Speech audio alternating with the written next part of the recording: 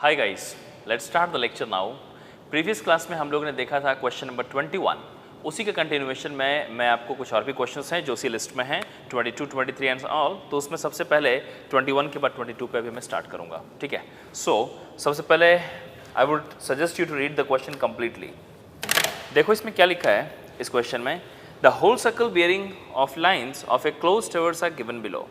तो एक close traverse है जिसमें लाइंस दिए हुए हैं A B B C C D and D है। तो पहले तो आप ये बताओ कि ये एक क्लोज ट्रैवर्स है और लिखा हुआ है क्लोज ट्रैवर्स। अगर ये नहीं भी लिखा जाता तब भी आप इसे पहचान सकते थे ये क्लोज ट्रैवर्स है या नहीं। कैसे? तो आप इसके लाइंस को देखो, स्टार्ट कहाँ से हुई है तो आप बोलोगे ए बी है, ए से स्टार्ट हुई है। नेक्स्ट लाइन बी सी है, बी से स्टार्ट हुई। थर्ड लाइन सी डी है, सी से स्टार्ट हुई। उसके बाद डी ए और डी से स्टार्ट हुई, लेकिन एंड कहाँ हो रही है?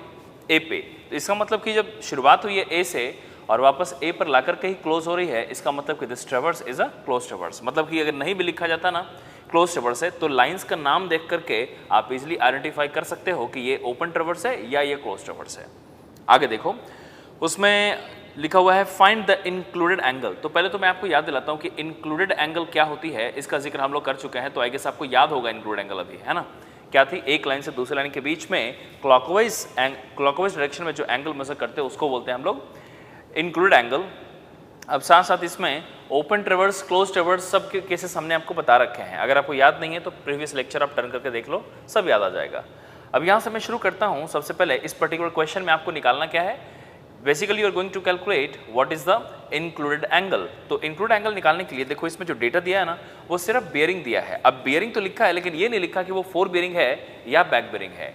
जब भी आप क्वेश्चन सॉल्व करते हो और किसी लाइन का बियरिंग दिया जाता है ना और ये मेंशन नहीं हो कि वो फोर है या बैक है, तो आप हमेशा इसे फोर बियरिंग ही मानेंगे। जैसे मैं बोलूँ कि ए बी का बियरिंग दिया हुआ 78 डिग्री 40 मिनट्स 20 सेकेंड्स, तो 78 degree 40 minutes 20 second it is the bearing taken from A to B. इसका मतलब ए बी का फोर बियरिंग हो गया। तो आप बताओ, जब ए बी का फोर बियरिंग मालूम है आपको तो आप तो टेक्निक जानते हो ना कि बैक बियरिंग कैसे निकालते हैं। तो सिर्फ फोर बियरिंग दिया गया है और एंगल की वैल्यू आप फोर बियरिंग से नहीं निकाल पाओगे। आप याद करो प्रीवियस क्लास में आपने एक टेक्निक पढ़ा था कि किसी भी स्टेशन पे इंटरनल एंगल और एक्सटर्नल एंगल उसी स्टेशन पे जो दो बियरिंग्स ली जाती है, एक प्रीवियस के लिए बैक और नेक्स्ट के लिए फोर, उन दोनों का डिफरेंस होता है इंटरनल एंगल और एक्सटर्नल एंगल। तो बेसिकली हमें फोर एंड बैक दोनों चाहिए। क्वेश्चन में दिया है सिर्फ फोर बियरिंग, तो हम लोग इसको यूज करते हुए इसका बैक बियरिंग कैलकुलेट करेंगे। तो पहले जो टेबल दिया हुआ है ना मैं उसी को यहाँ पे वर्कआउट करके दिखाता हूँ। In question number 22 we have a table given like this.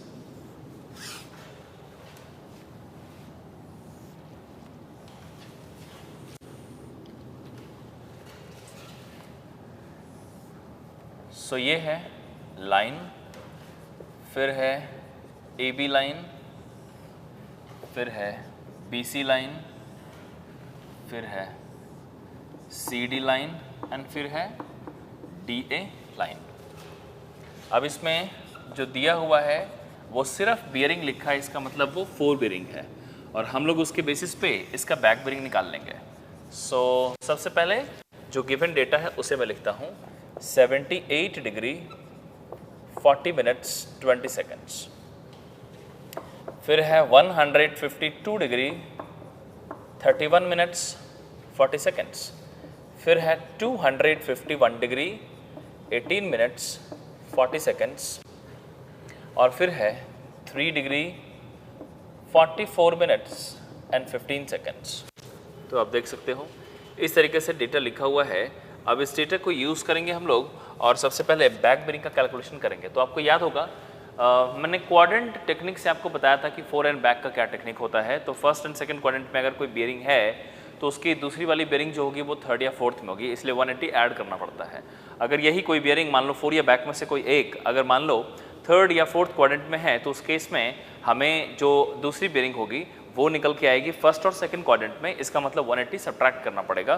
तो आप यहीं पे देख लो, मैं बोलूँ कि ये है 78 40 20, तो हमें क्या करना पड़ेगा? फर्स्ट क्वाड्रेंट की डेटा है तो ये थर्ड क्वाड्रेंट में चली जाएगी। So I can write 180 degree plus 78 degree 40 minutes 20 seconds and this value comes out as 258 degree 40 minutes 20 seconds. अब ये है 152 degree 31 minutes and 40 seconds, 152 31 40 plus 180 degree. This comes out as 331 minutes 40 seconds. फिर next है यहाँ पे 251 degree 18 minutes and 40 seconds. अब यहाँ पे माइनस करना पड़ेगा हमें 180, तो ये जो वैल्यू आ रही है this is 71 degree 18 minutes and 40 seconds. फिर है DA, और DA वाले में क्या लिख सकते हैं, दिस इज 3 डिग्री, तो यहाँ पे फर्स्ट क्वाड्रेंट है तो 180 ऐड कर दो तो ये हो जाएगी 183 डिग्री 44 मिनट्स एंड 15 सेकेंड्स.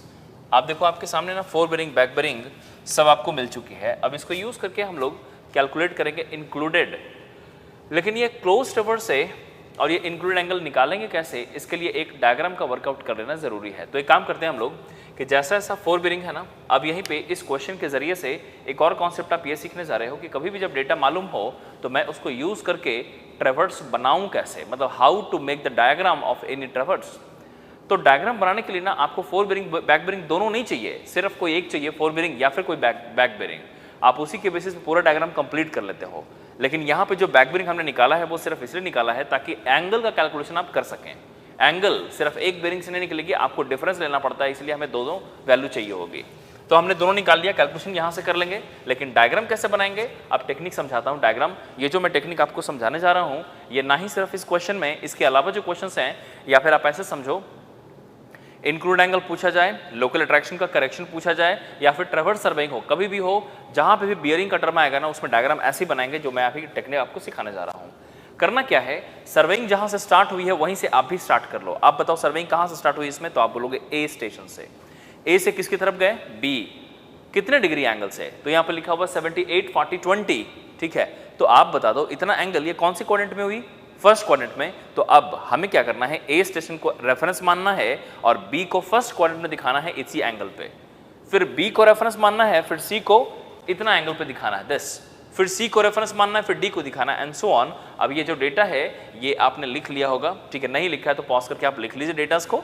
ठीक है, और इसके बाद मैं आपको डायग्राम दिखाता हूं. तो अब आप देखिए डायग्राम कैसे बनता है. Look at this. What I will do, I will mark this station A. You can see ये रही स्टेशन ए,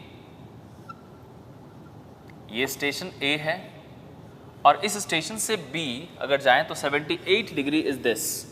सो आप यहीं पे देख लो, this one is 78 degree 40 minutes 20 seconds. और इसी लाइन ऑफ एक्शन पे कहीं पे बी है, तो आप देखो आपके सामने अभी आपको ये मिल गया होगा कि ए बी लाइन है और ए से बी की बेयरिंग ये वही लिखी हुई है जो क्वेश्चन में दिया हुआ था. आगे चलते हैं बी से सी पे. तो बी से सी अगर हमें ड्रॉ करना है तो मैं बी को रेफरेंस मानूंगा, और ये रेफरेंस है तो सी कौन से क्वाड्रेंट में है, तो बीसी का बेयरिंग देखो 152 31 40 लिखा है, तो 152 कौन से क्वाड्रेंट की डेटा हो गई, ऑफ कोर्स सेकंड क्वाड्रेंट. तो मैं एक सेकंड क्वाड्रेंट की लाइन इसमें बना दूंगा लाइक दिस, कुछ ऐसा. और इस सेकंड क्वाड्रेंट की डेटा जो यहाँ पे हमें मिली है, यहाँ पे I will mark H C, और ये वाली जो वैल्यू होगी this, I can write this as 152 degree 31 minutes and 40 seconds. 152 degree 31 minutes 40 seconds. ये कुछ ऐसा है. सो A से B हो गया, B से C हो गया, और अब C से D जाएंगे हम लोग. लेकिन C से D अगर जाओ, ठीक है, तो आपको एक जो जनरली बच्चे जो मिस्टेक करते हैं वो मिस्टेक भी मैं आपको समझाता हूँ कि मिस्टेक आपको नहीं करना है. जनरली बच्चे क्या करते हैं और जो मिस्टेक्स हो जाती है उसको करेक्ट कैसे करेंगे वो भी समझाता हूँ. तो अभी तक आई होप कि आपको ए से बी, बी से सी समझ में आ गया होगा. अब यहाँ से सी से डी अगर मैं जाऊँ तो सी से डी हमने एक लाइन बनाई, और अब देखो कौन सी क्वाड्रेंट है, तो सी डी लिखा हुआ 251 डिग्री. आप बता दो 251 है, 180 से ग्रेटर है, 270 से कम है, तो इसका मतलब ये थर्ड क्वाड्रेंट की डेटा हो गई. तो मैं उसको थर्ड क्वाड्रेंट में यहाँ पे कुछ ऐसे ड्रॉ कर दिया दिस. अब आप बता दो अगर मैं ऐसे ड्रॉ करूँ और यहाँ पे डी बना दूँ, ठीक है, this is what the student do generally. ठीक है, तो उसने डी बना दिया. लेकिन अब सोचो पहले आप कि डी से ए कौन सी क्वाड्रेंट में आएगी, तो आप बोलोगे डी से ए अगर मैं ड्रॉ करूं तो वो फोर्थ क्वाड्रेंट में है. अब एक काम करो, चेक करो कि डी ए लाइन की जो फोर बेरिंग है क्या वो फोर्थ क्वाड्रेंट की है. Look at this now. आप बताओ डी ए लाइन की जो फोर बेरिंग है वो एक्चुअली 3 डिग्री 44 मिनट्स एंड 15 है. इसका मतलब हमने कितना सोचा था कि फोर्थ क्वाड्रेंट में आएगी. क्या ये आई फोर्थ क्वाड्रेंट में, नहीं, जो गिवन डेटा है वो फर्स्ट क्वाड्रेंट की है. अब आपको समझ में यहीं पे आ जाएगा कि जो आपका डेटा है वो आपने जो डायग्राम बनाया है वो करेक्टली नहीं है. तो अब उसको करेक्ट कैसे करेंगे, अब फिर से देखो डायग्राम पे, लुक एट दिस। हमने क्या किया था कि हमने C से D लेंथ नॉर्मली कुछ ऐसा रखा था, ठीक है, और उसके बाद मैं यहाँ से अगर मिलाता कुछ ऐसे, तो ये डेटा मैच ही नहीं करता। ये वाली जो बियरिंग है ना, ये 4th क्वाड्रेंट की बियरिंग आ रही है, मैच ही नहीं कर रहा है।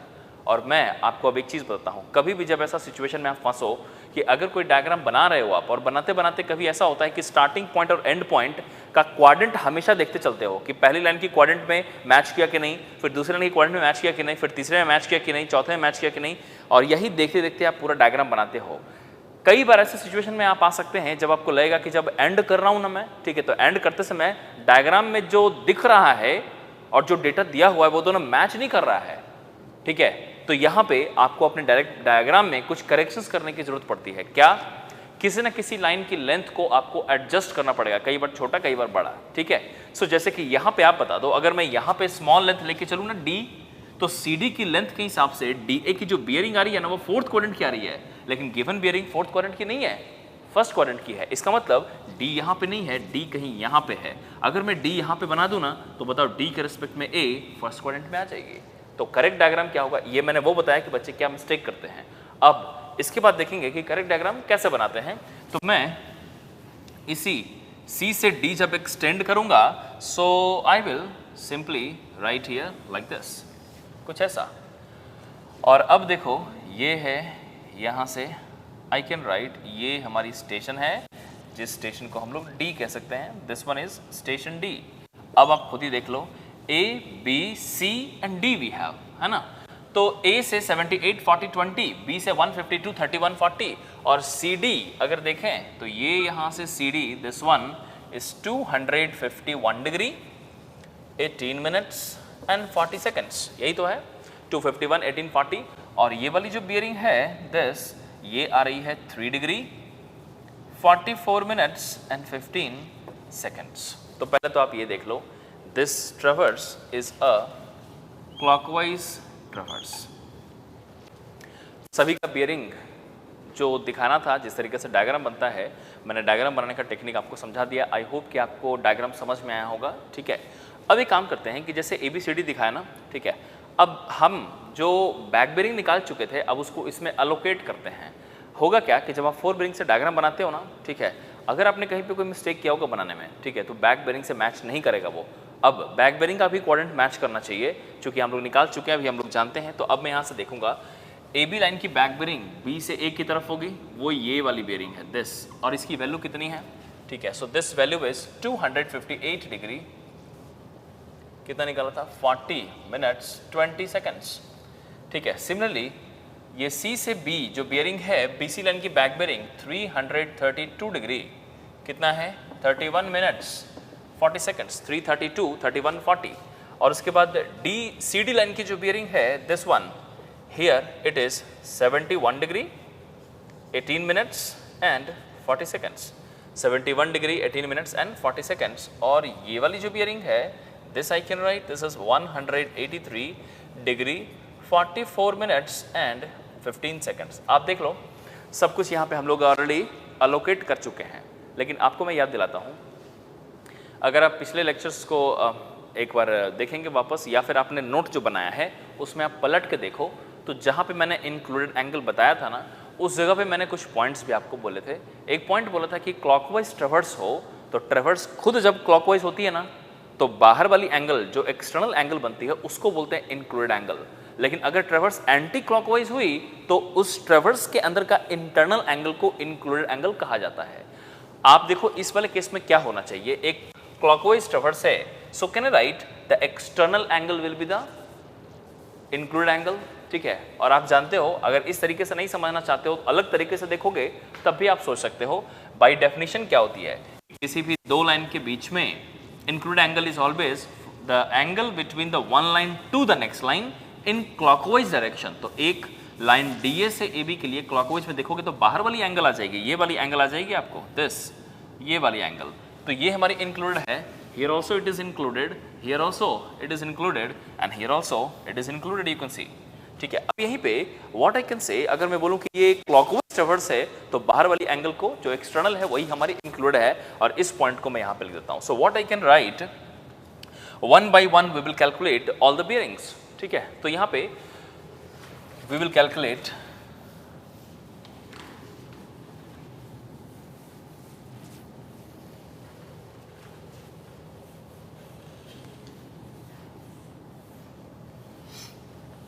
देखो हम लोग क्या लिख सकते हैं, for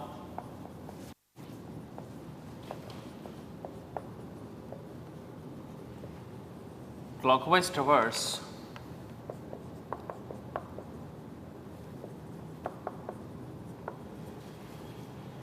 external angles are included angle.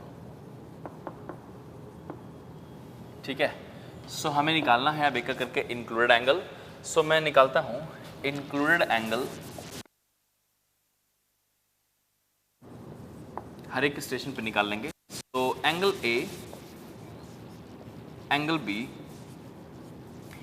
Angle at C and angle at D. तो आपके सामने ए बी सी डी 4 अलग अलग बेयरिंग्स हैं। अब मैं ए पे निकालूं तो हमें क्या एक्सटर्नल वाली वैल्यू चाहिए। तो आप ना डायग्राम एक बार अगर नहीं बनाए हो तो एक बार पहले इसको आप मैं दिखा दे रहा हूँ। ठीक है, आप इस डायग्राम को देखिए और इसको पॉज करके आप बना लो डायग्राम, अगर नहीं बनाया हो तो। ठीक है, बना लीजिए ताकि आप कैलकुलेशन खुद से भी कर सकें जो मैं दिखाने जा रहा हूँ आपको। नाउ देखो, अब यहाँ पे ए पे आएंगे तो ए पे कैन आई राइट कि बाहर वाली एंगल निकालने के लिए हमें क्या करना पड़ेगा, 360 डिग्री माइनस ऑफ, ठीक है, इंटरनल एंगल। तो ये कितनी है 183, 44 minutes 15 seconds minus of 78 degree 40 minutes 20 seconds. ठीक है, इस वाले एंगल को हम लोग बोलेंगे इंक्लूडेड एंगल। अब इस बात को समझने के लिए जरा एक बार फिर से इस डायग्राम पे आ जाओ और देखो स्टेशन ए पे अगर मैं बाहर वाली एंगल निकालना चाहूँ तो करना क्या पड़ेगा, आप बताओ ना। कि ये वाली एंगल मालूम है हमें 183, 44, 15 और ये वाली एंगल भी मालूम है 78, 40 एंड 20। तो अगर मैं डिफरेंस लूँ ना तो हमें इंटरनल मिल जाएगी, लेकिन हमें चाहिए क्या, एक्सटर्नल, क्योंकि एक्सटर्नल को आप इंक्लूड कह रहे हो। तो एक्सटर्नल निकालने के लिए 360 माइनस इंटरनल कर लेंगे। तो यही काम मैं यहाँ पे करके दिखा रहा हूँ आपको। अब ये this what ever is the answer you will get this, last में कैलकुलेट कर लेंगे सबको। फिर नेक्स्ट पे चलते हैं बी पे। तो आपने जो डायग्राम बनाया ना, आप इसी तरीके से वर्कआउट करते चले जाओ, आपको भी समझ में आ जाएगा। तो आप वीडियो पॉज करके आप खुद से एक बार सॉल्व कर लो कितनी आ रही वैल्यू, फिर हम यहाँ से मैच कर लेना। देखो this is 360 degree minus 258 degree 40 minutes 20 seconds, 258, 40, 20 minus 152 degree 31 minutes 40 seconds. Now we have angle C. This is 360 degree minus 332 degree 31, 40, 31 minutes 40 seconds minus 251 degree 18 minutes 40 seconds. And now we have 360 degree minus of 71 degree 18 minutes 40 seconds minus 3 degree 44 minutes and 15 seconds. Let's check now. इसकी value कितनी आती है वो हम लोग check कर लेंगे।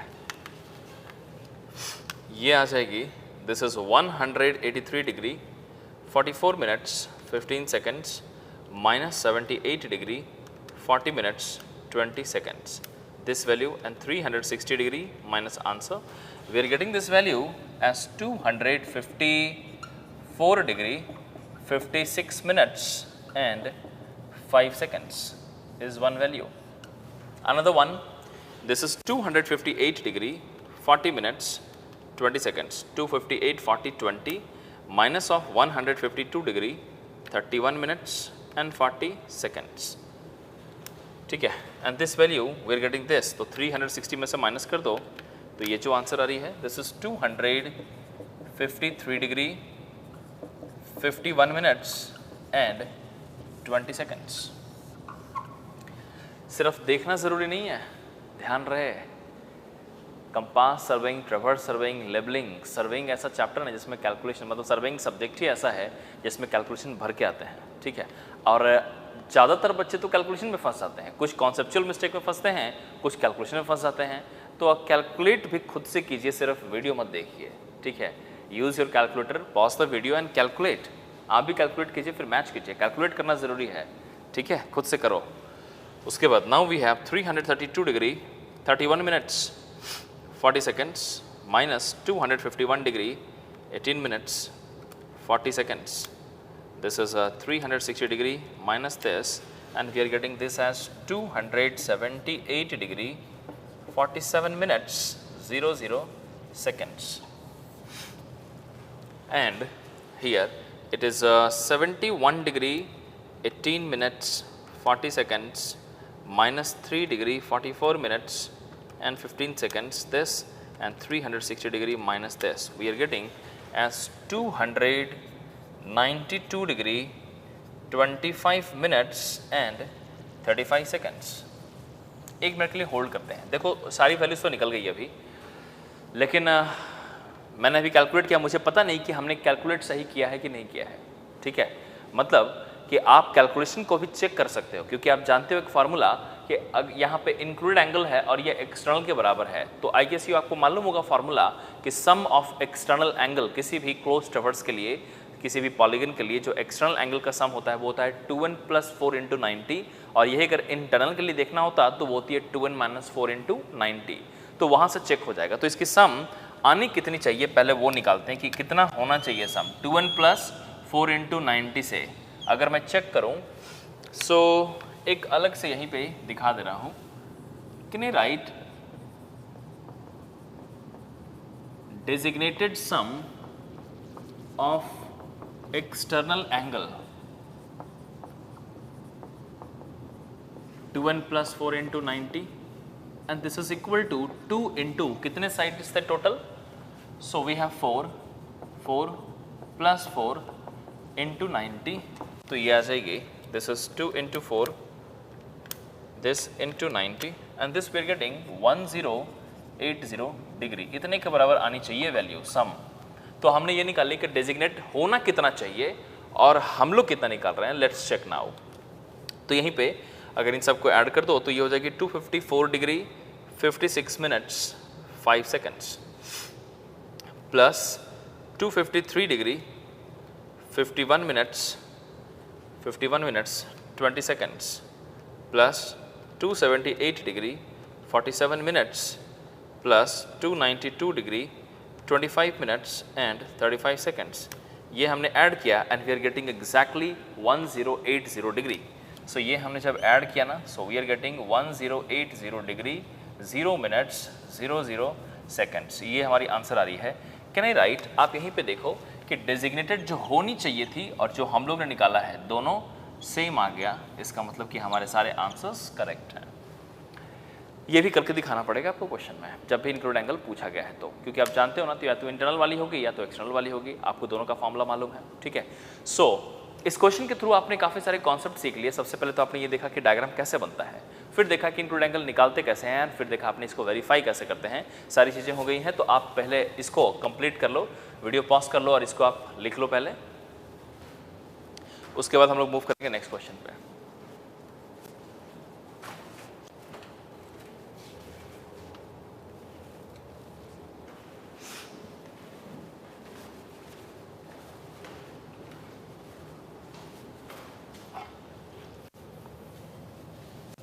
Now, I will suggest all of you to read the question number 23 completely and very carefully. 23 को पढ़ो। 23, question number 23 is a good question.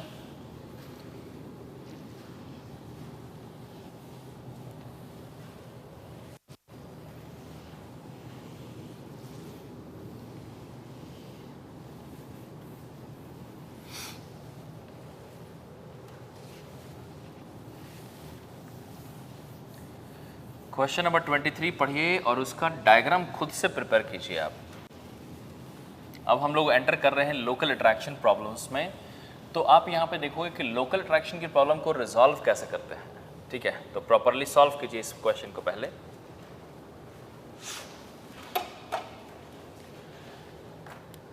इस क्वेश्चन में सबसे पहले तो आपको ये समझना चाहिए कि डायग्राम बनाना है। लिखा है क्वेश्चन में क्या, the fore bearing and back bearing of lines of a closed compass traverse are as follows. आप इस क्वेश्चन के अंदर भी देखोगे ना तो आपको ये क्वेश्चन में अगर नहीं भी दिया जाता ना कि ये क्लोज ट्रैवर्स है, तब भी आप खुद से पहचान सकते हो कि ये क्लोज ट्रैवर्स है। जैसा कि मैंने पिछले क्वेश्चन में बताया था कि आप इसका भी लास्ट लाइन अगर पढ़ेंगे तो आपको दिखाई दे रहा है इट इज़ डी ए, ठीक है। इसका मतलब ये एक क्लोज ट्रैवर्स है, ए से स्टार्ट हुआ ए पे ख़त्म। फिर कहता है correct the bearing for local attraction, तो इस वाले प्रॉब्लम में लोकल अट्रैक्शन है, ठीक है। And determine the true bearing of the lines if magnetic declination at the place, plate नहीं है, करेक्ट कर लेना उसको, ठीक है, at the place is 3 degree 30 minutes west. अब यहीं पे देखो this question number 23 is a very good combination of the problem of the local attraction and we are going to convert the bearing from magnetic to true also. So basically दो चीज़ों का combination है, local attraction और true magnetic का conversion. ये जो pattern है, जो क्वेश्चन मैंने आपको यहाँ पे दिया है क्वेश्चन नंबर 23, इस क्वेश्चन नंबर 23 में जो कॉन्सेप्ट है, जो दोनों कॉन्सेप्ट्स लोकल अट्रैक्शन और डिक्लिनेशन का जो कॉम्बिनेशन है, ये एक कॉमन पैटर्न है जो आपको गेट और ईएस में देखने को मिल जाएगा। और जब भी कभी ऐसा सिचुएशन आए then I will suggest you कि जब भी कभी आपको लोकल अट्रैक्शन डिक्लिनेशन साथ में नजर आए किसी क्वेश्चन के अंदर, then always first resolve the problem of local attraction assuming that there is no any other error. आपको सबसे पहले लोकल अट्रैक्शन को रिजॉल्व कर लेना चाहिए। Once you resolve the local attraction problem in the traverse, then you have the corrected bearings which are known to you, ठीक है, which is free from the local attraction now। आप जब correct कर लोगे local attraction से तो आपके पास तो बियरिंग मिली, उसमें अब लोकल अट्रैक्शन नहीं बची, लेकिन उसमें बची है अब डिक्लिनेशन चेंज करना, मतलब कि जो मैग्नेटिक है उससे डिक्लिनेशन का यूज करते हुए ट्रू में कन्वर्ट करना। तो हमेशा ये स्टेप को याद रखना। अगर आप गेट का प्रीवियस ईयर भी पलट के देखोगे ना तो ऐसे क्वेश्चंस आपको काफ़ी सारे दिखाई दे देंगे जिसमें लोकल अट्रैक्शन और डिक्लिनेशन का कॉम्बिनेशन दिया हुआ है। बस फर्क इतना पड़ता है कि इस क्वेश्चन के अंदर पूरा ट्रैवर्स आपको करेक्ट करना है ABCD को, और उन सब पूरे ट्रैवर्स में हर एक स्टेशंस को मैग्नेटिक से ट्रू लेके जाना है, ठीक है। तो दो प्रॉब्लम से कॉम्बिनेशन, तो ये इस टाइप के क्वेश्चंस ना ES में आपको ज़्यादा दिखाई देंगे, और गेट में ऐसा ही क्वेश्चन दिखाई देगा लेकिन फुल ट्रैवर्स नहीं, वो किसी एक दो स्टेशन पे पूछते हैं। अब उनका तो ऑब्जेक्टिव पैटर्न है, आपको मालूम है ये बात। गेट में ऑब्जेक्टिव पैटर्न होने के कारण वो करते क्या है कि गेट में जो क्वेश्चंस आते हैं ना, ठीक है, वो पूरा ट्रैवर्स को करेक्ट करने के लिए नहीं बोलते हैं, वो एक दो स्टेशन देंगे, एक देंगे, दूसरा देंगे, किसी तीसरे पे पूछ लेंगे, और वो बोलेंगे कि डिक्लिनेशन भी है, लोकल अट्रैक्शन भी है, करेक्ट करो, बताओ कि ट्रू वैल्यू क्या है। तो वहां पे भी स्टेप यही फॉलो करना कि पहले लोकल अट्रैक्शन की प्रॉब्लम को रिजॉल्व कर दो, तो रिजॉल्व करने के बाद जो करेक्टेड बियरिंग्स आई है उसके अंदर आप डिक्लिनेशन अप्लाई करके ट्रू निकालना है। बस ये बात को ध्यान में रखिएगा, यही काम हम लोग करने जा रहे हैं इस क्वेश्चन नंबर 23 में। लेकिन मैंने आपको सजेस्ट किया है कि जब भी कभी किसी क्वेश्चन का शुरुआत करो तो डायग्राम इज मैंडेटरी, हमेशा बनाइए डायग्राम। डायग्राम बनाने से आधा आपको आइडिया, ट्रिक तो तुरंत समझ में आने लग जाएगा, ठीक है। तो मैं भी वहीं से शुरू करता हूँ। सबसे पहले डायग्राम दिखाता हूँ आपको। सी इन question number 23, in question number 23, the fore bearing and back bearings of lines of a closed compass traverse are as follows। तो यहाँ पे 32 डिग्री 124 181 एंड 289 कुछ ऐसा बन रहा है। So I can make the diagram कि ये है स्टेशन A, और स्टेशन A से फर्स्ट क्वाड्रेंट 32 चले गए, सो यहाँ पे आ गए station B, and this bearing is 32 degree 30 minutes. फिर है 124 and 30, so this I can write it is 124 degree 30 minutes, ठीक है। And next we have it is 181, third quadrant में आ गई, सो this is 181 degree, and then we have a fourth quadrant, so ये हमारी station है एंड 289 लिखा गया है। सो आप खुद ही देख लो कि ये एक्चुअली फोर्थ क्वाड्रेंट में बनी, कितनी है value. So this I can write it is 289 degree 30 minutes. तो बताओ A 32 30 है, ठीक है, फिर 124 30 है, 181 है एंड 289 30 है। सो स्टेशंस का नाम भी लिख लेते हैं ABC एंड ये हो जाएगी D। इसका बैक बेरिंग का भी वैल्यू लिखता हूँ, ठीक है। सो बैक बेरिंग AB का अगर देखें बैक बेरिंग तो ये वाली वैल्यू हो जाएगी, and this value is 214 degree BC की जो बैक बेरिंग है दिस इज 303 डिग्री 15 मिनट्स, और ये जो है this is 1 degree, and this one the last one is 108 degree 45 minutes. तो आप देखो ये है 3230, this is 12430, 181, and this is 28930, 21430, 30315, 1 degree and 10845। अब एक काम करते हैं ना, सॉल्यूशन की शुरुआत यहीं से करते हैं हम लोग। अब मैं पूछूं कि ट्रेवर्स का डायरेक्शन तो आपको मिल गया होगा ना कि क्या है ये, तो आप बोलोगे क्लॉकवाइज ट्रेवर्स है। ट्रेवर्स का नाम क्या लिखोगे, तो आप लिखोगे the ट्रेवर्स name is what, it is ABCDA, ये हो जाएगा ट्रेवर्स ABCDA। अब यहाँ से जब हम लोग वर्कआउट करना चालू करेंगे कि ABCDA एक ट्रेवर्स है और इसमें बेयरिंग्स निकालना चालू करें, तो यहाँ पे क्या है ना कि आपको सबसे पहले ये पता करना पड़ता है। अब ना जो भी कॉन्सेप्ट आपने पिछली क्लास में पढ़े थे, आपको याद होगा कॉन्सेप्ट्स आपने पढ़े थे, अलग अलग टाइप की बेयरिंग्स होती है, इसको 4 बैक कहते हैं, और उसके कुछ ऑब्जर्वेशंस थे, फिर थे लोकल अट्रैक्शन, और उसमें भी कुछ ऑब्जर्वेशंस थे जो हमने आपको पढ़ा रखे हैं। अब क्या है ना कि उसी का यूज़ करेंगे हम लोग। तो ये जो क्वेश्चन आप देखने जा रहे हो ना, एक बहुत ही ज़्यादा नंबर ऑफ कॉन्सेप्ट्स आपको क्लियर करेगा, बहुत ध्यान से समझना है इस क्वेश्चन को। इसके अंदर के कॉन्सेप्ट्स आपको हर एक स्टेप में कॉन्सेप्ट दिखाई देगा, और यही सब कॉन्सेप्ट आप ट्रेवर्स के थ्रू समझ लो, ठीक है। तो पूरा क्वेश्चन ट्रेवर्स वाला ईएस में आता है, लेकिन इसी को ब्रेक करके छोटे छोटे टुकड़ों में क्वेश्चन पूछा जाएगा 2-3 स्टेशन के साथ, और वो गेट का पैटर्न बनता है। और अदर एग्जामिनेशंस, किसी PSU या फिर कोई भी एग्जाम आप ले लीजिए स्टेट वाले, ठीक है, तो उन सब में ना इसी सब का एक सिंपल सा कॉन्सेप्ट और भी सिंपल तरीके से फ्रेम करके देता है। तो आप ये जो क्वेश्चन करने जा रहे हो, ये उस टाइप के हर एक कॉन्सेप्ट को इंक्लूड करता हुआ है, जिसको मैं अब स्टार्ट करता हूँ। Very first step is to check which line has the local attraction and which line is free from local attraction. पहले ये चेक करेंगे। आपको याद है चेक करने के लिए ना एक तरीका था, आपने पढ़ रखा था कि हम लोग जब भी किसी लाइन के लिए फोर बेरिंग और बैक बेरिंग का डिफरेंस चेक करेंगे, और वो डिफरेंस अगर 180 डिग्री के बराबर आती है, तो होते थे 2 पॉसिबिलिटी। लेकिन जब भी कभी हम लोग कैलकुलेशन करेंगे तो हम लोग उसका एक ही अजम्पशन लेके चलते हैं, ठीक है। कैलकुलेशन पॉइंट ऑफ व्यू से we always take one assumption that this line is free from local attraction. Thus, it simply implies that, like whenever we are writing that 4 bearing back bearing difference for any line, that difference, if you're getting equal to 180 degree, you will write the significance simply as the line is free from local attraction. That means the 2 stations which are the extreme points of the line will be free from local attraction. Although we have one more possibility that both stations are carrying the equal value of the local attraction, but that possibility we are not taking into account for calculation point of view. ठीक है. Similarly, if you have any line, ठीक है, for which the 4 bearing back bearing difference is not equal to 180 degree, ठीक है। अब मान लो कि यहीं पे not equal to 180 डिग्री आती है, तो इसका मतलब ये समझ लिया जाएगा कि वहाँ पे लोकल अट्रैक्शन है कहीं ना कहीं, ठीक है। अब इसी कॉन्सेप्ट का यूज़ करेंगे, और मैं सबसे पहले चेक करके दिखाता हूँ। स्टार्ट करते हैं AB से। आप यहाँ पे देखो AB 3230 एंड 21430 आप चेक कर लो। So this is 214 degree 30 minutes minus 32 degree 30 minutes. What is the value getting? 182. Can you write it is not equal to 180 degree? इसका मतलब कि स्टेशन A और B में से कोई तो अफेक्टेड है, लोकल अट्रैक्शन की प्रॉब्लम है यहाँ पे।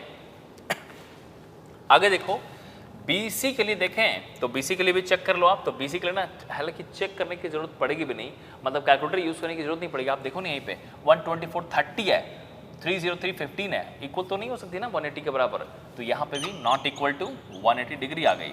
यहाँ चेक करो 181 है और 1 डिग्री है, यहाँ तो दिखाई भी दे रही डायरेक्टली कि this is equal to 180 degree. और यहाँ देखो ये 10845 और यह 28930, तो यहाँ पे भी नॉट इक्वल टू 180 डिग्री। तो सबसे पहले कंक्लूजन पे आते हैं। आप बता दो कि मैं पूछूं कि कौन कौन से स्टेशन है जो फ्री फ्रॉम लोकल अट्रैक्शन हमें लेने चाहिए। Which 2 station we should consider as free from local attraction? Then you will answer the station C and D. आप खुद ही देख लो, ये 1 डिग्री है, ये 181 डिग्री है, तो वो जो डिफरेंस आ रही है वो 180 आ रही है। इसका मतलब ये हुआ कि station C and station D are free from local attraction. तो आप बता दो लोकल अट्रैक्शन से अफेक्टेड कौन कौन सी हुई। जब ये दोनों फ्री है तो अफेक्टेड तो सिर्फ यही दोनों हुआ ना, AB, और उसकी वजह से इस लाइन में भी नॉट इक्वल, इसमें भी नॉट इक्वल, इसमें भी नॉट इक्वल आया। अब यहां से हम लोग सॉल्व करते हैं। सबसे पहले क्या करेंगे देखो, अब for line CD 4 bearing minus back bearing modulus, you are getting equal to 180 degree. Hence station C and D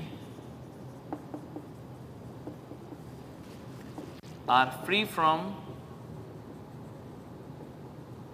local attraction. So station D and C and D are free from local attraction. तो affected ये हो गई. तो कई बार ना objective question में ऐसा ही पूछते हैं कि find which stations are affected by local attraction. ऐसा बोला जाए तो आपको समझ में नहीं आ गया भाई फ्री जब सी डी है तो अफेक्टेड कौन हुई, ए और बी हो गई. इस तरीके से हम लोग वर्कआउट करते हैं. चलो नेक्स्ट चलते हैं. अब ऐसे क्वेश्चंस को सॉल्व करने का जरिया क्या होता है कि आप सबसे पहले आप ये समझो कि मैं बोलूँ कि सी स्टेशंस फ्री है, इसका मतलब कि सी पे कोई लोकल अट्रैक्शन की प्रॉब्लम नहीं है. इसका मतलब ये भी समझ सकते हो कि जो सी पे जो नीडल है मैग्नेटिक नीडल वो बिल्कुल मैग्नेटिक फ्लक्स डायरेक्शन को फॉलो कर रही है और उसमें कोई भी लोकल अट्रैक्शन की प्रॉब्लम नहीं आ रही है. अगर ऐसा है तो मैं ऐसा भी कह सकता हूं क्या कि सी स्टेशन से ली गई जो बियरिंग है, अब बताओ सी स्टेशन से ली गई दो टाइप की बियरिंग होगी. एक होगी सी से बी के लिए बैक बियरिंग और एक होगी सी से डी के लिए फोर बियरिंग.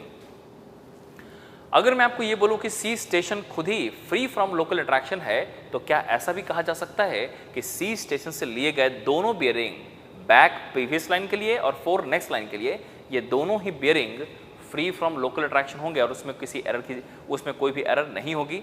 अब मैं यही बात आपको समझाता हूं कि सी से आप यहाँ पे देखो इस डायग्राम में आपको आइडिया लग जाएगा कि सी हमारी फ्री स्टेशन है.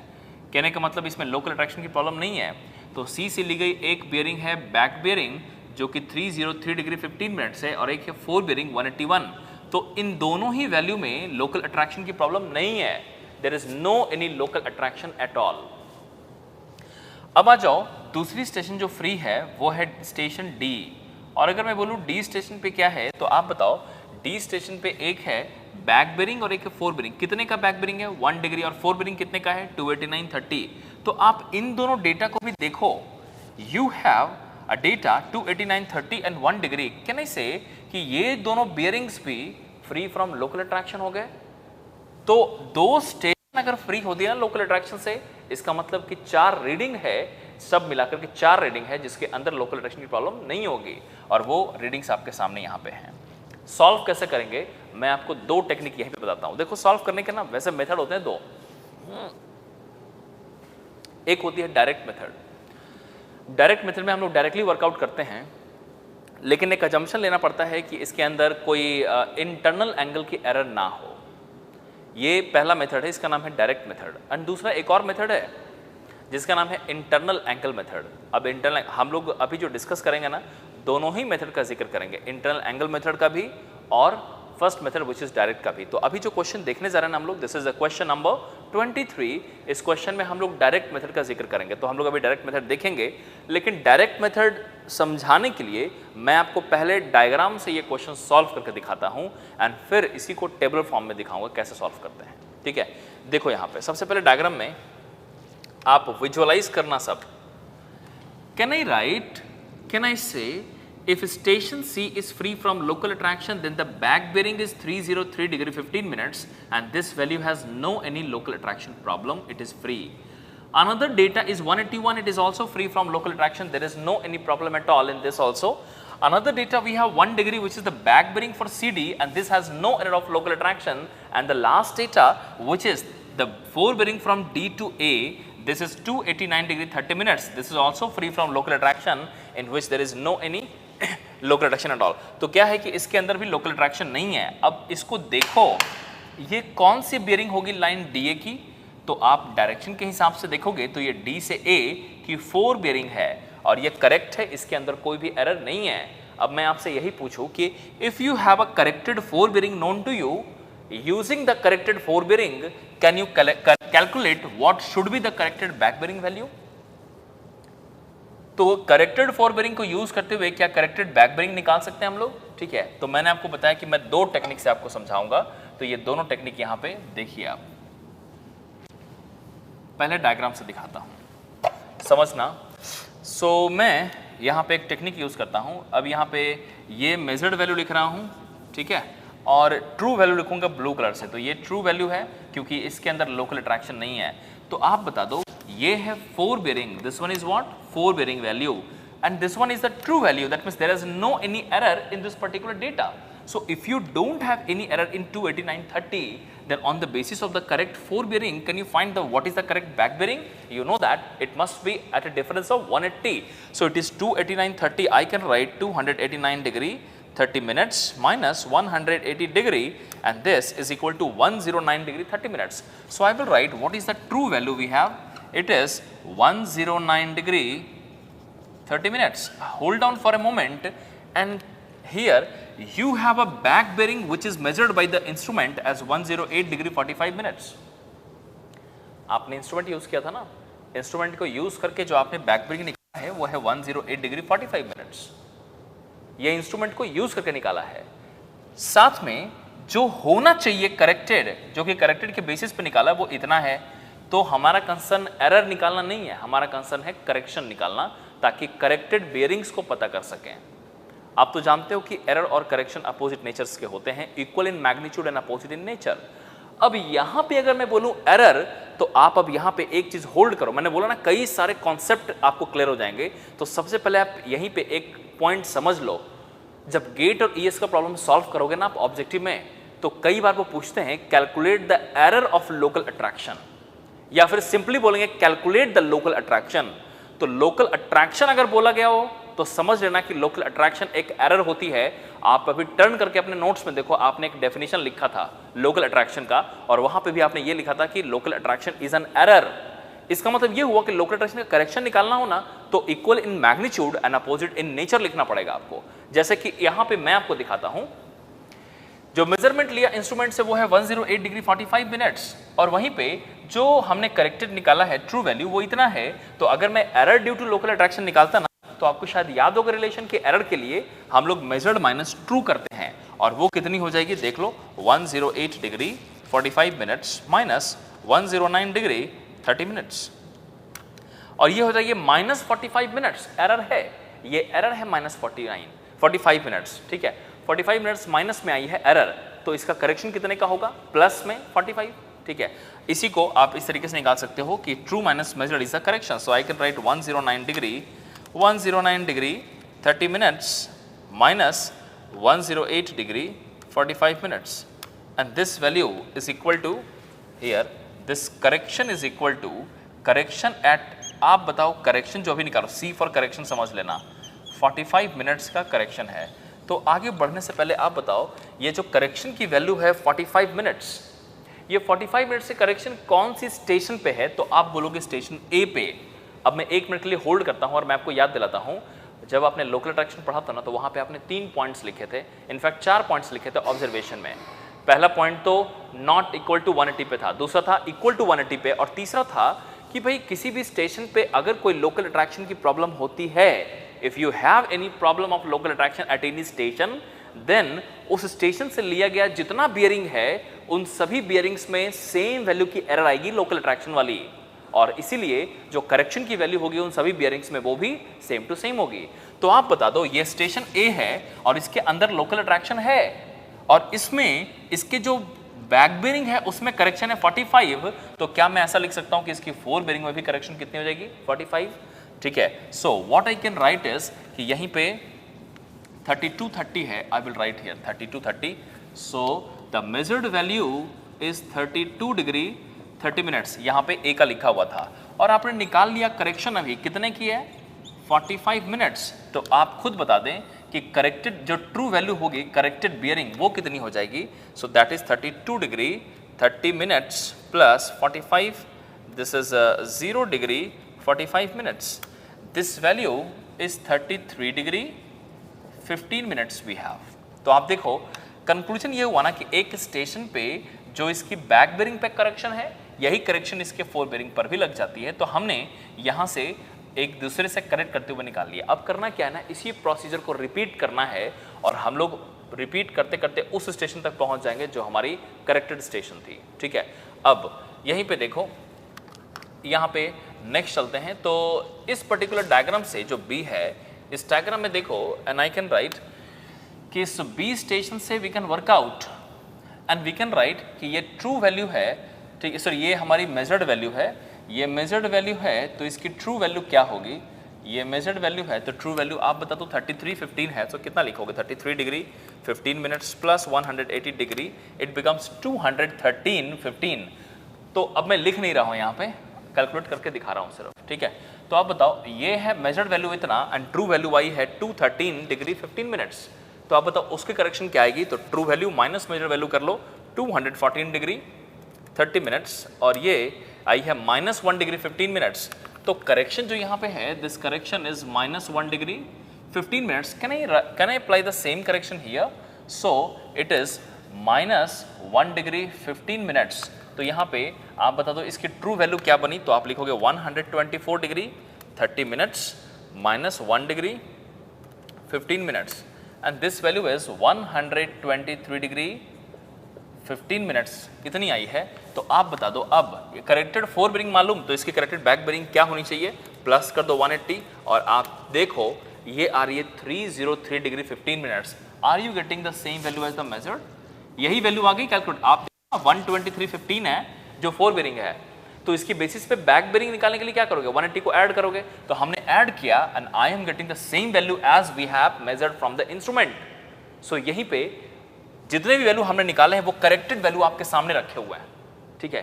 यही जरिया होता है डायग्राम के थ्रू निकालने का। ये डायग्राम वाला टेक्निक मैंने सिर्फ इसलिए बताया ना ताकि आप गेट और ईएस के क्वेश्चन में टेबल के चक्कर में ना फंसे, डायरेक्टली वर्कआउट कर लीजिए डायग्राम के ऊपर ही। लेकिन डायग्राम बनाना मैंडेटरी है, ये ध्यान में रखना, बिना डायग्राम का क्वेश्चन अटेम्प्ट मत करना। और वो क्या करते हैं, कई सारे क्वेश्चंस में डायग्राम देते हैं, कई बार नहीं देते, लैंग्वेज लिखते हैं।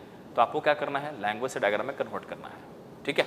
चलो अब मैं आगे बढ़ता हूँ। एक टेक्निक मैंने दिखा दिया, अब जो भी मैंने डेटाज लिखा था ना यहाँ पे, ठीक है, आप चाहो तो इसको लिख लो पॉज करके, ठीक है। और इसके बाद इसी क्वेश्चन को मैं टेबल में सॉल्व करके दिखाता हूँ। अभी तक क्वेश्चन पूरा सॉल्व नहीं हुआ ये, क्योंकि हमें इसका मेजर्ड जो मैग्नेटिक बेरिंग है उसे ट्रू भी कन्वर्ट करना पड़ता है। तो मैंने अब जो भी निकाले हैं इसको मैं मिटा देता हूँ। ये वन टेक्निक था जो डायग्राम के थ्रू दिखाया मैंने, अब मैं इसको हटा दे रहा हूँ।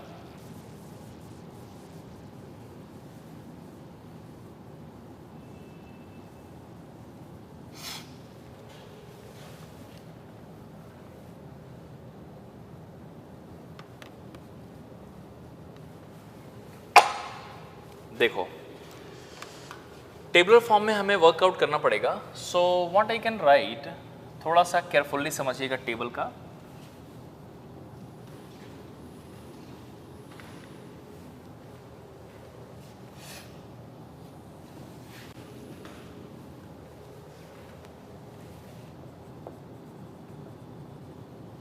स्टेशन, फिर है लाइन, फिर है बियरिंग, फिर है करेक्शन, फिर है करेक्टेड बियरिंग्स,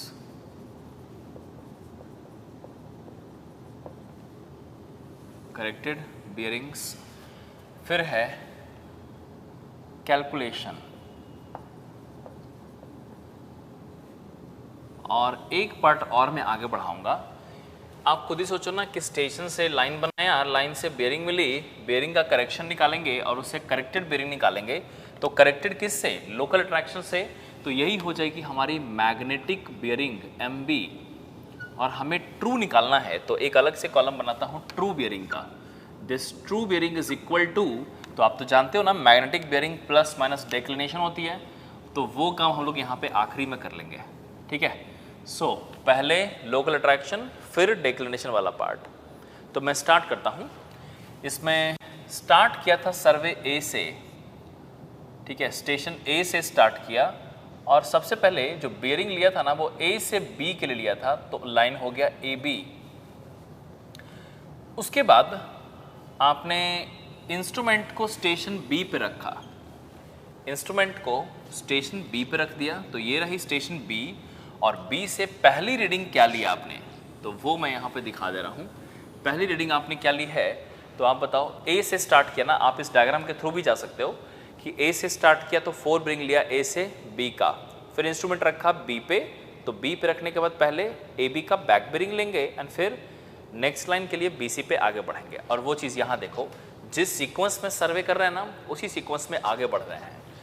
तो ए से पहले बी के लिए ए बी लाइन बन गई, फिर बी पे गए एंड फिर हम लोग बी से ए का बेयरिंग मेजर किया एंड फिर बी से सी पे गए, 4 बेयरिंग। तो ये जो हमने यहाँ पे स्टेशंस के थ्रू आपको दिखाया है, पहले तो आप ये समझ लो कि ये है स्टेशन ए, फिर बी आप ए से ए बी का रीडिंग लिया, फिर बी से बी ए का रीडिंग लिया, फिर बी से बी सी का रीडिंग लिया। तो यहाँ पे फोर एंड बैक ना यूज़ करके मैं लाइन का डायरेक्शन से आपको बता रहा हूँ कि अगर मैं बोलूँ कि बी से जो नेक्स्ट रीडिंग हुई है वो सी है, ये बी है, तो अगर मैं ऐसा लिखता बैक बेरिंग तो मैं लिखता back bearing of A B लिखता, और अगर मैं डायरेक्टली लिख रहा हूँ तो बी है, इसका मतलब डायरेक्शन भी लिखा ना आपको कि बी से ए की तरफ की बेरिंग है ये, ठीक है। चलो आगे है स्टेशन सी, और स्टेशन सी से we have a next value, I can write it is C and here it is C B and next here I can write C D. In the same way we have this as station D पे जाएंगे and D station से we have it is a DC and DC, और आप बता दो DC के बाद जो नेक्स्ट मिलेगी वो क्या हो जाएगी, दिस स्टेशन, ठीक है। स्टेशन D से I can write it is D A we have, so this you can see DC and DA. So D से ए की तरफ गए, यही हमारी लास्ट वैल्यू थी, ठीक है। तो ट्रेवर्स यहीं पे कंप्लीट हो गया है। अब हम लोग करेंगे क्या कि जो बेयरिंग क्वेश्चन में दिया हुआ है उसको हम लोग यहाँ पे अप्लाई करेंगे and we will resolve the problem. सबसे पहले हमने आपको टेबल दिखा दिया है, अब इस टेबल में डेटा फीड करता हूँ, ठीक है। आई होप कि आपको ये सब स्टेशन समझ में आ गया। आप ना यहाँ पे इस बात को ऐसा भी समझ लो, सीक्वेंस ऑफ द सर्वे क्या था, A B C D A, तो आप यहाँ पे देखो ये है ए बी सी डी, एक और भी आगे चलते हैं, ठीक है। तो ये हो जाएगी ए से डी और वो हो जाएगी ए डी, और ये स्टेशन ए आखिरी में, और ये यहाँ से दिस इज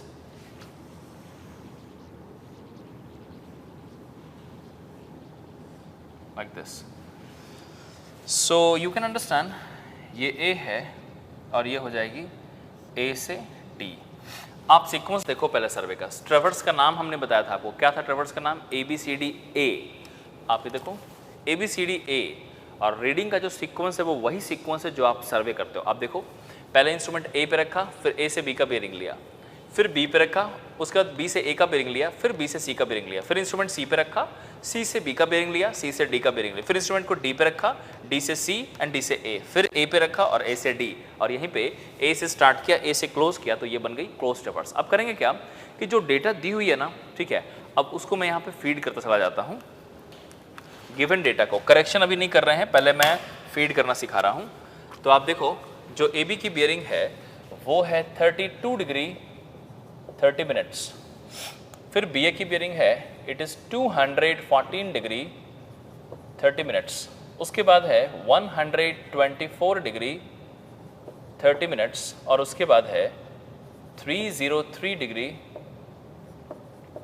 15 मिनट्स, फिर है 181 डिग्री 00 मिनट्स, एंड फिर है 1 डिग्री 00 मिनट्स, एंड फिर है 289 डिग्री 30 मिनट्स, एंड फिर है 108 डिग्री 45 मिनट्स, ठीक है।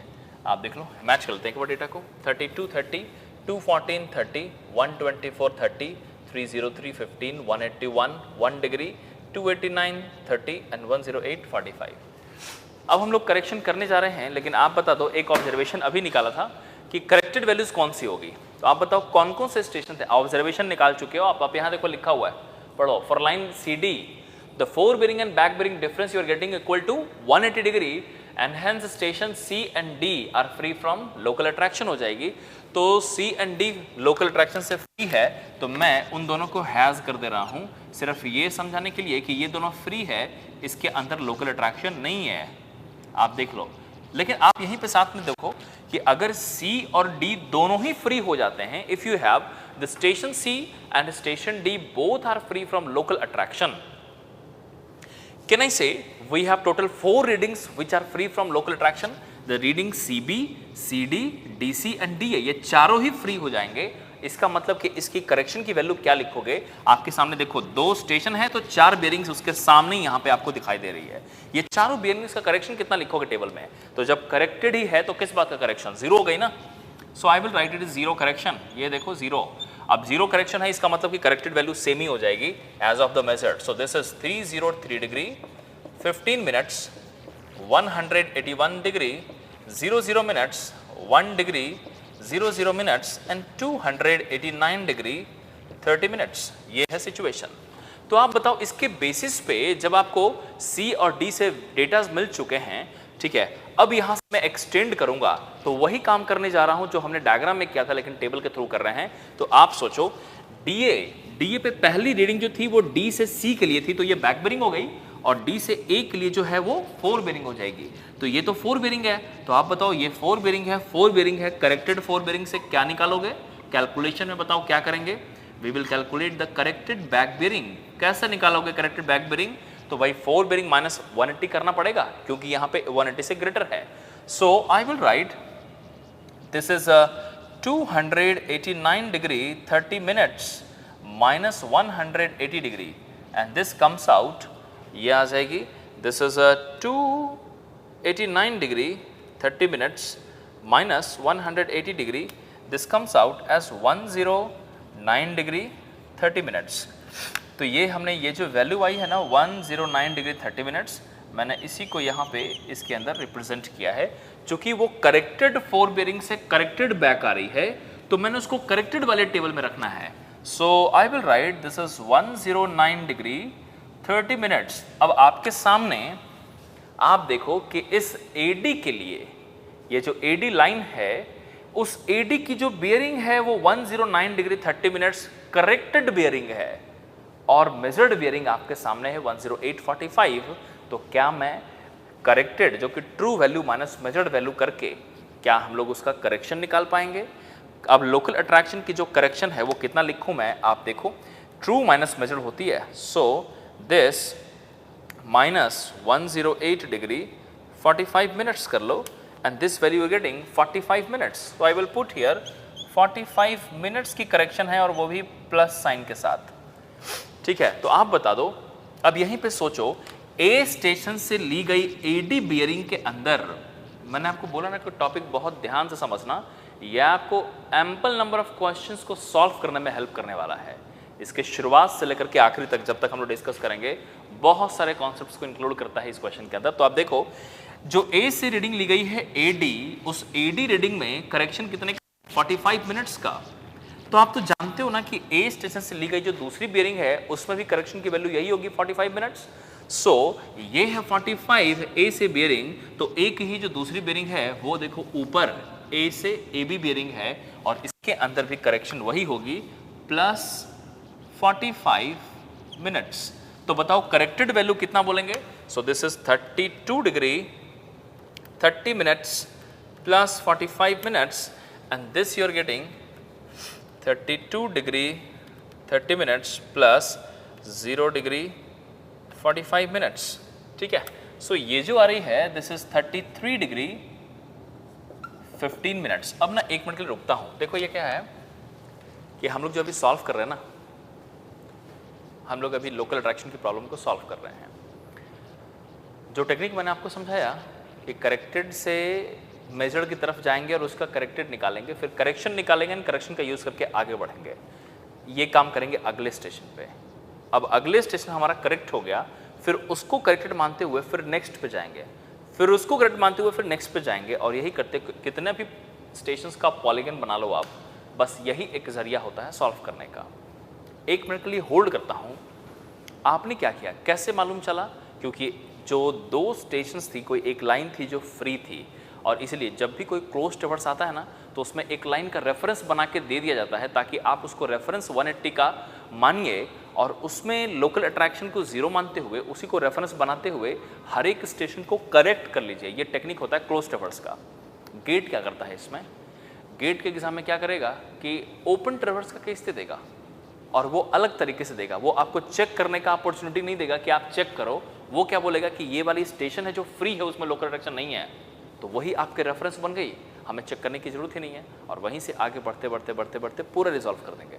तो वो ओपन ट्रैवर्स दे देगा। तो ओपन ट्रैवर्स अगर कभी भी आता है लोकल अट्रैक्शन का क्वेश्चन सॉल्व कर रहे हो and if you have any open traverse then one station for which there is no any local attraction और you can say the local attraction error is 0, that station must be given in the question also. Then you can go ahead and you can resolve the problem. यही काम करना है, ध्यान रखना है इस बात का। आगे देखो, यही काम, तो मैंने क्या बोला कि साइकिल रिपीट होगी, यही साइकिल रिपीट होगी। अब ये टेक्निक जो देख रहे हो ना, साइकिल रिपीट जो हो रही कि एक हमने करेक्टेड सी से डी पे आए और डी से ए पे गए, बस यही काम करना है, फिर ए से बी पे जाएंगे, फिर बी से सी पे जाएंगे, यही काम करते रहना। तो टेक्निक यही होता है और यही काम ओपन ट्रैवर्स में भी करेंगे, लेकिन सिर्फ जो डिफरेंस चेक करना पड़ता है वो करने की जरूरत नहीं पड़ती है आपको, ठीक है। आप यहाँ पे देखो, ये करने के बाद ना मैं आपको सजेस्ट करता हूँ कि अगर आपके पास प्रीवियस ईयर गेट है या ईएस है, तो इस टॉपिक लोकल अट्रैक्शन से रिलेट करता हुआ क्वेश्चन सॉल्व करो, बहुत सारे कॉन्सेप्ट आपके क्लियर हो जाएंगे, मिस्टेक नहीं कर पाओगे फिर ऐसे एरियाज में आप कभी भी, ठीक है। बहुत करेक्टली सॉल्व करके आपको मजा आ जाएगा आपको सॉल्व करके, ठीक है। तो आप अटेम्प्ट जरूर कीजिए उसे। देखो जरा आगे इसको बढ़ाता हूँ। सो मैं यहाँ पे करेक्टेड बेयरिंग से करेक्टेड निकालूं, सो आई कैन राइट, ये है करेक्टेड। आप खुद ही देखो ना, ए से बी की बेयरिंग किस में काउंट होगी, 4 में। तो अगर ए से बी वाली 4 है, तो what I can write is कि ये हमारी 4 बेयरिंग है, so this will be simply equal to back bearing is equal to 33 degree 15 minutes plus 180 and this is equal to कितना हो जाएगा ये, this is plus 180 degree, this is 213 degree 15 minutes, ये है 213 degree 15 minutes. So I can write this one is 213 degree 15 minutes। तो जब हमें ये 213-15 मिल चुकी है, तो फिर उसी तरीके से मैं करेक्शन निकाल लूँगा। ये रही ट्रू माइनस मेजर्ड, निकाल लो 213-15 माइनस 214 डिग्री 30 मिनट्स। इस बार जो करेक्शन आई है ना वो माइनस में आई है, this is minus 1 degree 15 minutes है। तो आप बता दो क्या मैं सेम ही करेक्शन नेक्स्ट रीडिंग पे लगा सकता हूँ? क्यों? क्योंकि जो रीडिंग है बीए वाली और बीसी वाली, ये दोनों एक ही स्टेशन से लिया गया और वो है बी। और आप तो जानते हो ना कि किसी स्टेशन से ली गई जो 2 अलग अलग बेयरिंग्स है, दोनों में ही करेक्शन की वैल्यू सेम होती है और एरर की वैल्यू भी सेम होती है। तो यहाँ पे इन दोनों की एरर्स भी सेम होंगी, इन दोनों की करेक्शन भी सेम होगी। तो इसका करेक्शन मालूम है, तो इतने ही का करेक्शन यहाँ पे भी लगा देंगे, माइनस 1 डिग्री 15 मिनट्स। तो देखो करेक्ट करने के बाद कितनी आ गई, 124:30 minus this is 124, it is 124 degree 30 minutes, कितनी आ गई? So this one is coming 123 degree 15 minutes is the value. अब आप देखो कि जब हमें ये करेक्टेड मिल चुकी है, so I will calculate what is the corrected back bearing we have. कितना निकालोगे करेक्टेड बैक बेयरिंग? आप खुद ही सोच लो कितना होना चाहिए। तो आप लिखोगे corrected back bearing is equal to this plus 180, so this is 123 degree 15 minutes plus 180 degree and this is equal to, check this, plus 180 degree and this you are getting 303 degree 15 minutes। आप यहीं पे देख लो, ये वाली value जो यहाँ पे बताया ना अभी निकाला, और आप भी देखो यहाँ पे आपकी जो ब्लैक कलर से लिखा है ना ये मेजर्ड वैल्यू है, और जो ब्लू कलर से लिखा है वो हमने करेक्ट किया है। आप देखो मेजरमेंट लिया था इंस्ट्रूमेंट से 30315 और हम लोगों ने पूरा करेक्ट करते करते करते यहाँ पे जो आखिरी वैल्यू लेकर आए हैं वो भी उतनी ही आ रही है। तो आप बताओ इन दोनों में ये दोनों सेम आ रही है, इसका मतलब कि हमने जो भी डेटा अभी कैलकुलेट किया वो सब के सब करेक्ट हैं। आई होप कि आपको ये मेथड, ये टेक्निक समझ में आया होगा। इस मेथड का नाम जरूर लिख लीजिएगा इसके ऊपर, it is known as the direct method of solving, ठीक है। ये डायरेक्ट मेथड है। अब लोकल अट्रैक्शन से तो प्रॉब्लम सॉल्व हो गई है। 2 पार्ट था ना इसके अंदर, लोकल अट्रैक्शन वाली पार्ट और एक और भी पोर्शन थी जिसमें हम लोग डिक्लिनेशन को अकाउंट करते हुए मैग्नेटिक से ट्रू निकालेंगे। तो लोकल अट्रैक्शन का प्रॉब्लम सॉल्व हो चुका है। अब हम लोग ट्रू निकालेंगे, तो डिक्लिनेशन की वैल्यू देखो कि कौन से डायरेक्शन में है, ईस्टर्न में है या वेस्टर्न में है, चेक करो कितना लिखा है। Correct the bearing for local attraction, first part हो गया है, and determine the true bearings of the lines if magnetic declination at the place is 3 degree 30 minutes west. अब वेस्ट की बात करता है तो पहले तो आप बताओ कि वेस्ट वाले केस में क्या करते हैं हम लोग। वेस्टर्न डिक्लिनेशन है ना, तो क्या करोगे, ये मैग्नेटिक बेयरिंग को यूज करते हुए we will calculate the true bearing, and you know that whenever we have a western declination, can I write the true bearing value is equal to magnetic bearing minus western declination, ठीक है, यही हो जाएगी क्या, western declination like this. तो magnetic minus declination करोगे और आपको ये भी मालूम है कि डिक्लिनेशन की वैल्यू कितनी है, उसको भी लिख देता हूँ। This is declination delta W is given as 3 degree 30 minutes. करना क्या है, ये वैल्यू आपके सामने है, सब में 330 माइनस कर दो और चेक कर लो वैल्यू कितनी आ रही है, वही हो जाएगी हमारी। तो यहाँ से 330 माइनस करो, 33 degree 15 minutes minus 3 degree 30 minutes, तो ये हो जाएगी। दिस इज लिखता चला जाता हूँ हर एक लाइन के लिए, इसमें 2 पार्ट्स थे, कुछ ऐसा है। तो सबसे पहले this one is coming as 29 degree 45 minutes, इसमें चेक करते हैं। तो ये हो जाएगी 213 degree 15 minutes minus 3 degree 30 minutes, and this value comes out as 209 degree 45 minutes. आगे देखो, यहाँ से कर लो, ये हो जाएगी 123 degree 15 minutes minus 3 degree 30 minutes, and this value is 119 degree 45 minutes. ये कितनी हो जाएगी? It is 303 degree 15 minutes minus 3 degree 30 minutes, ठीक है। सो ये हो जाएगी 299 डिग्री 45 मिनट्स। आप देखो ना, यहाँ पे ये 180 आ रही है, ठीक है, यहाँ पे ये भी 180 आ रही है, ठीक है। इस तरीके से चेक भी होता चला जा रहा है। 181 में से माइनस कर लो, 181 degree minus 3 degree 30 minutes, and this value comes out as 177 degree 30 minutes. 1 degree से माइनस कर लो, तो 1 डिग्री माइनस 3 डिग्री 30 मिनट्स। अब यहाँ पे एक कॉन्सेप्ट समझिए, कितना आया इसका?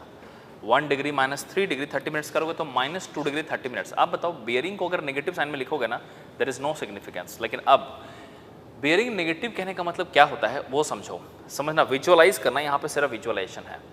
WCB जिसको हम लोग बोलते हैं होल सर्कल बियरिंग, ये है ईस्ट वेस्ट और ये है नॉर्थ साउथ, आप जानते हो। तो east west and north south line में आप जानते हो कि नॉर्थ से ईस्ट की तरफ में ये हम लोग क्लॉकवाइज जाते हैं और उसके हिसाब से ये कुछ ऐसा होता है ना, ये हमारा डायरेक्शन ऑफ मेजरमेंट होता है और डायरेक्शन हमेशा क्लॉकवाइज लेना पड़ता है WCB में। अगर एंटी क्लॉकवाइज लिया जाए तो वो नेगेटिव बियरिंग हो जाएगी। तो आप बता दो, अगर मैं नॉर्थ से एंटी क्लॉकवाइज जाऊं तो वो नेगेटिव है। तो आप वहीं पे सोचो, ये नॉर्थ से एंटी क्लॉकवाइज कहने का मतलब क्या है कि वैल्यू जो आई है वो आई है 2 डिग्री 30 मिनट्स। तो 2 डिग्री 30 मिनट्स कहने का मतलब ये वाली वैल्यू हो जाएगी जो यहाँ पे दिखा रहा हूँ। ये तो आप जानते हो कि नॉर्थ है और लाइन जो है ना वो कहीं यहाँ है और ये वाली वैल्यू इस डायरेक्शन में है 2 डिग्री 30 मिनट्स और इसीलिए माइनस लिखा हुआ है, ठीक है। तो उसको अगर मैं पॉजिटिव साइड से लिखूं ये वाली टोटल, तो वो कितनी हो जाएगी? आप खुद ही सुनिए, यहाँ पे 1 डिग्री माइनस 330 करोगे तो माइनस में तो आएगी ना माइनस 2 डिग्री 30। तो माइनस कहने का मतलब हुआ कि वो एंटी क्लॉकवाइज मेजरमेंट हो गया। लेकिन आपको ये भी मालूम है कि WCB हमेशा क्लॉकवाइज करते हैं, एंटी क्लॉकवाइज हम लोग नहीं करते। तो ये ऐसा नहीं होना चाहिए, वो ऐसा होना चाहिए जो रेड कलर से ड्रॉ किया। और तो आप बताओ उसके लिए क्या करोगे? 360 इनकॉर्पोरेट कर लो, जो वैल्यू आ रही है that is coming as 357 degree 30 minutes. तो ये जो वैल्यू आ जाएगी दिस इज 357 डिग्री 30 मिनट्स। इसको इनकॉर्पोरेट करेंगे यहाँ पे and I will write this is 357 degree 30 minutes. Next है, आप देखो यहाँ पे 289 डिग्री 30, सो आप उसमें से भी कर लो 289 degree 30 minutes minus 3 degree 30 minutes, ठीक है। And this is coming as 286 degree. और आखिरी है this is 109 degree 30 minutes minus 3 degree 30 minutes. कितनी आ गई value? It is 10106 degree is the value. आप चेक करके देख सकते हो, ये सब मैच कर जाएगा। देखो इन दोनों का डिफरेंस 180, इन दोनों का डिफरेंस 180, इन दोनों का डिफरेंस 180 और इन दोनों का भी difference 180 you will get it, ठीक है। सो इस तरीके से हम लोग करेक्ट करते हैं। तो आप देखो कि ये जो क्वेश्चन अभी अभी आपने सॉल्व किया है, इस क्वेश्चन के अंदर आपने दोनों कॉन्सेप्ट देखे कि भाई लोकल अट्रैक्शन कैसे सॉल्व करते हैं और डेक्लेरेशन को कैसे इनकॉर्पोरेट करते हैं। लेकिन सीक्वेंस हमेशा यही रखना जो मैंने आपको समझाया है, ठीक है। चलो अब यहाँ से मैं आपको एक चीज़ और सजेस्ट करूँगा, ये चैप्टर काफ़ी इंपॉर्टेंट है इसलिए अब ये क्वेश्चन तो मैंने आपको सॉल्व करके दिखाया और आप इसे नोट बना भी लिए होंगे, नहीं बनाए होंगे तो मैं हट जाता हूँ। आप इसको पॉज करके इस पूरे टेबल को लिख लो,